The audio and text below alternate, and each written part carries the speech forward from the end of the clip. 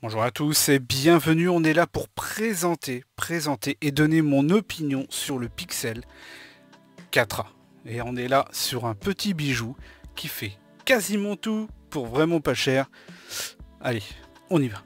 Donc voilà, on y est. Donc pour ce qui s'agit de la boîte, du classique, ce petit adaptateur qui permet tout bêtement de passer d'USB-C à USB classique pour brancher imprimante, ventilateur, disque dur externe, clé USB, enfin tout ce qui est possible de brancher en USB, généralement il n'y a aucun souci, ça passe.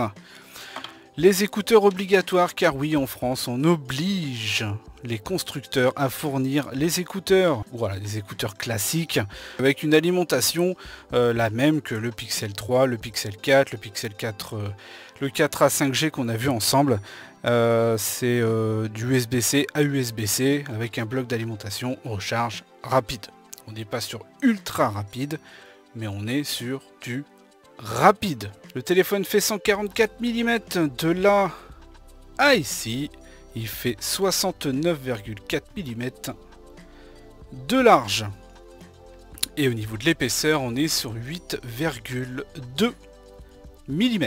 On a un capteur d'empreinte derrière qui fonctionne aux petits oignons. Sinon, dans l'ensemble, on a donc l'USB-C pour le recharger, ce qui est tout à fait normal, avec un son stéréo. Donc oui, il y a le son en bas et le son en haut. On a un petit poisson sur l'écran, mais surtout, pour tous ceux qui aiment, on a une prise casque. Ouais, une prise casque. Avec ceci, côté gauche, on n'a rien à part l'emplacement de la carte SIM.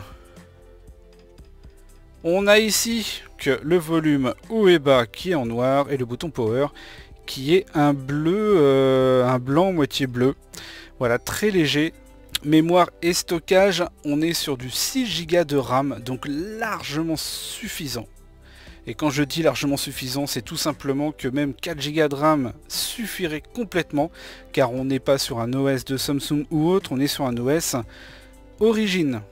Il n'a pas été modifié, c'est de l'Android pur, tout simplement. Donc il n'y a pas besoin de grande puissance, il n'y a pas de surcouche, il n'y a rien, donc tout tourne aux petits oignons, même 4 Go de RAM serait suffi.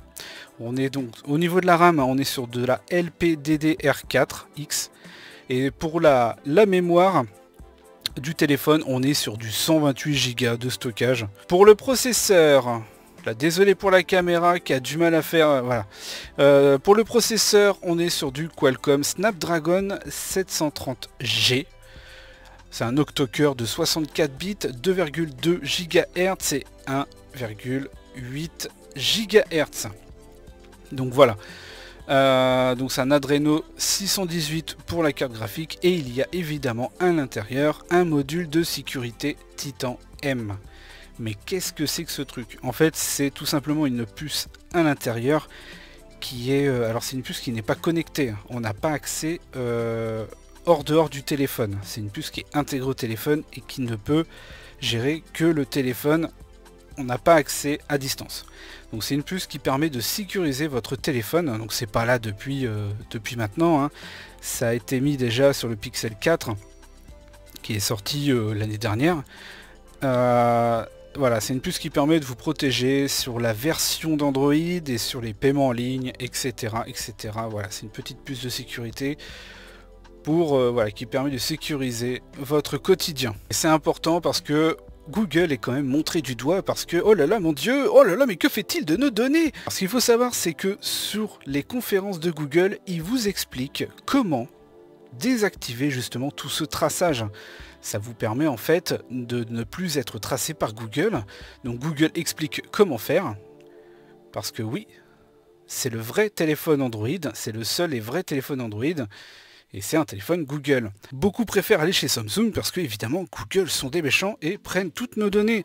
Alors, il faut savoir, c'est que si vous allez chez Samsung ou Xiaomi ou autre, c'est Google.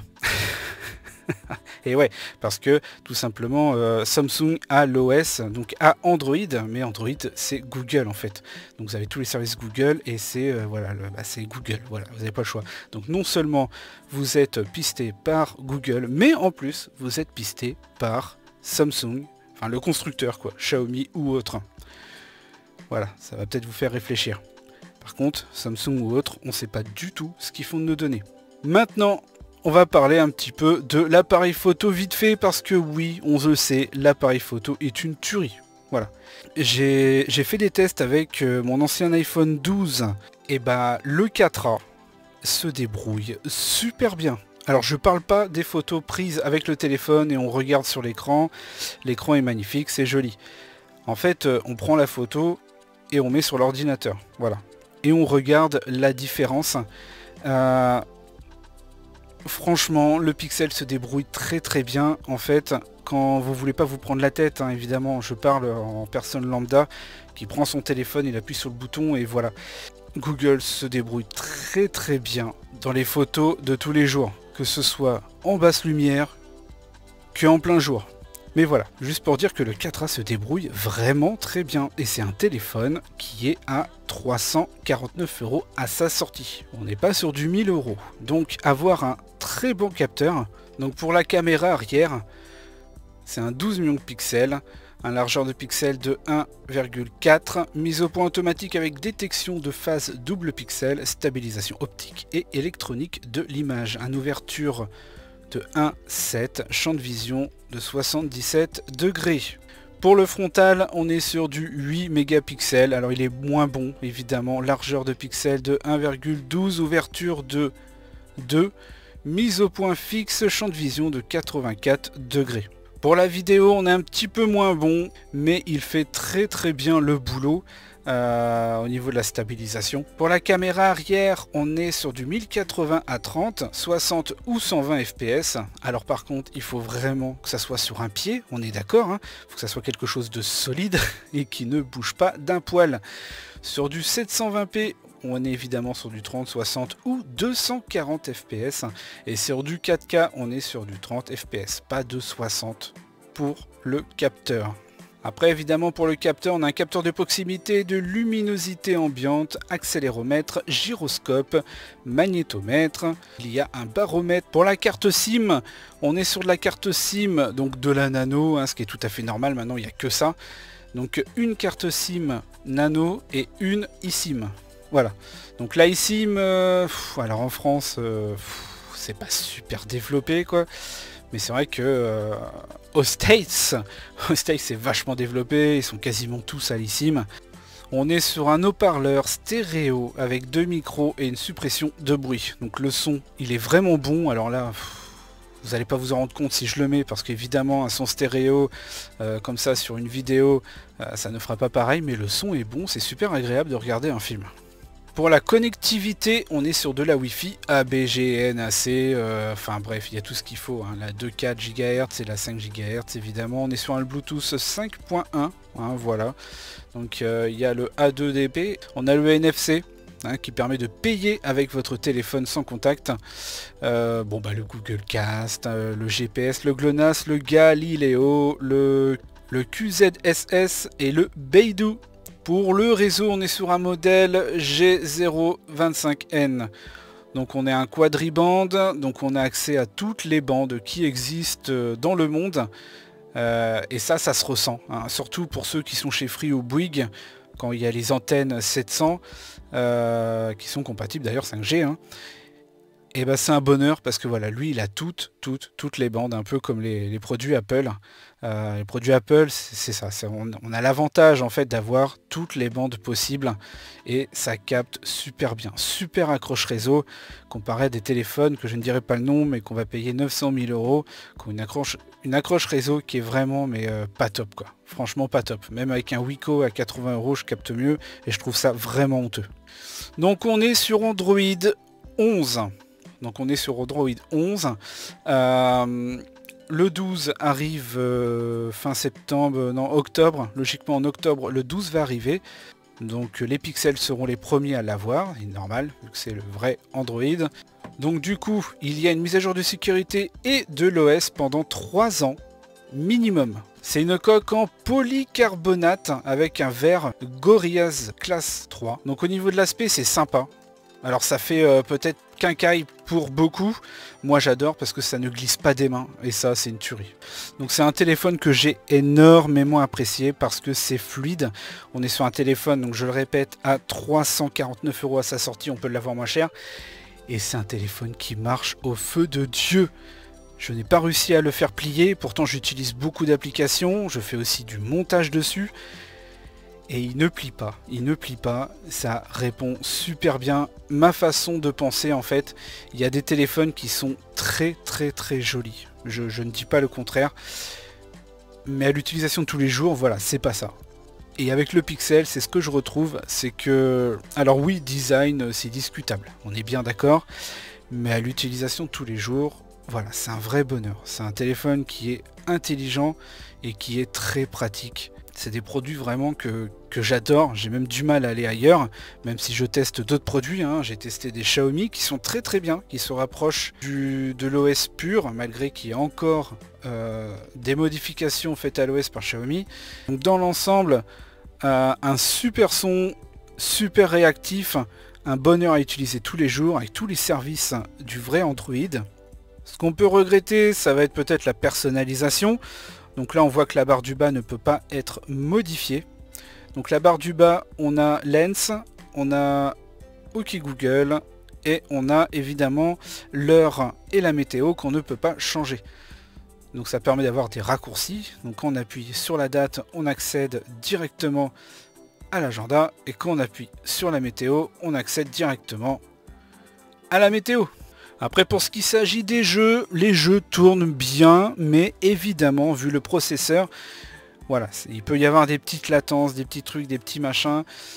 Mais après, voilà, il existe d'autres méthodes pour jouer qui n'ont pas besoin d'avoir un téléphone super équipé.